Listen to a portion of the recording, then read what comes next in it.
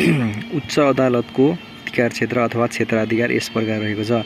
नेपालको संविधानको धारा 144 र न्याय प्रशासन ऐन 2073 बमोजिम उच्च अदालतको अधिकार क्षेत्रहरूलाई यस प्रकार उल्लेख गर्न सकिन्छ। एमा रहेको छ साधारण अधिकार क्षेत्र। साधारण अधिकार क्षेत्रमा के रहेको छ? सुरु मुद्दा हेर्ने, मुद्दाको कारबाही र किनारा गर्ने, वादी प्रतिवादी झिकाई बयान सुन्ने, प्रतिवेदन र निवेदन उप फैसला गर्ने र अवहेलनामा कारबाही गर्ने। यसको के रहेको छ? साधारण अधिकार क्षेत्र रहेको छ। अब रहेको छ पुनरावृत्तिकीय अधिकार क्षेत्र। के रहेका छन् भनेपछि मातहतका अदालतहरूको फैसलामा पुनरावेदन मुद्दा हेर्ने।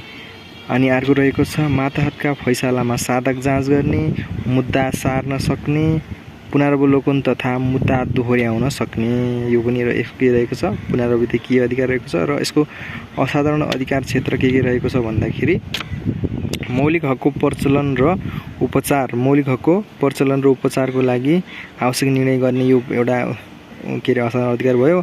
अर्को भनेको सार्वजनिक सरकारका मुद्दा निरूपण गर्ने, सार्वजनिक विवादहरूलाई टुङ्गो लगाउने हो कि त्यस्तो मुद्दाको निरूपण गर्ने भनेको।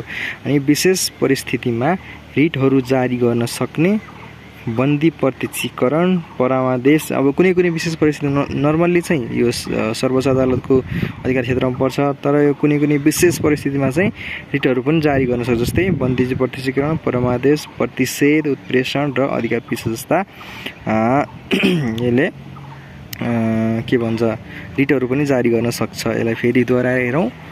उच्च अदालतको अधिकार क्षेत्र नेपालको संविधानको धारा 144 र न्याय प्रशासन ऐन 2073 बमोजिम यस प्रकार उल्लेख गर्न सकिन्छ भनेदेखि त्यसपछि साधारण क्षेत्र अधिकारमा सबैको उस्तै लगभग सुरु मुद्दा हेर्ने, मुद्दाको कारबाही र किनारा गर्ने, वादी प्रतिवादी झिकाई बयान सुन्ने, अनि प्रतिवेदन र निवेदन उप फैसला गर्ने, अवहेलनामा कारबाही गर्ने। त्यसपछि पुनरावृत्तिकीय अधिकारमा के छ भनेपछि मातहतका फैसला उप पुनरावेदन मुद्दा हेर्ने, मातहतका फैसलामा पुनरावेदन मुद्दा हेर्ने, मातहतका फैसलामा साधक जाँच गर्ने, मुद्दा सार्न सक्ने, पुनरावलोकन तथा मुद्दा दोहोर्याउन सक्ने। यो भनेको पुनरावृत्तिक अधिकार रह्यो।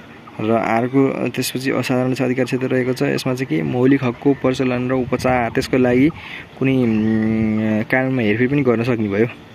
अनि अर्को भनेको सार्वजनिक सरकारका मुद्दा निरूपण गर्ने अथवा विवादको टुङ्गो लगाउन सक्ने भयो। अनि एकदमै विशेष परिस्थितिमा चाहिँ रिटहरू पनि जारी गर्न सक्छ। जस्तै त्यही 5 रिटहरू थियो जुन के रहेको छ? बन्दी प्रत्यक्षीकरण, परमादेश, प्रतिषेध, उत्प्रेषण र अधिकार परीक्षा। यो चाहिँ नर्मल केसमा होइन, एकदम विशेष परिस्थितिमा चाहिँ कहिलेकाहीँ मात्रै गर्न सक्छ। नत्र उसरी भन्यो भने यो चाहिँ सर्वोच्च अदालतको अधिकार क्षेत्र 3 मा पर्छ होइन। यति नै रहेको थियो यसको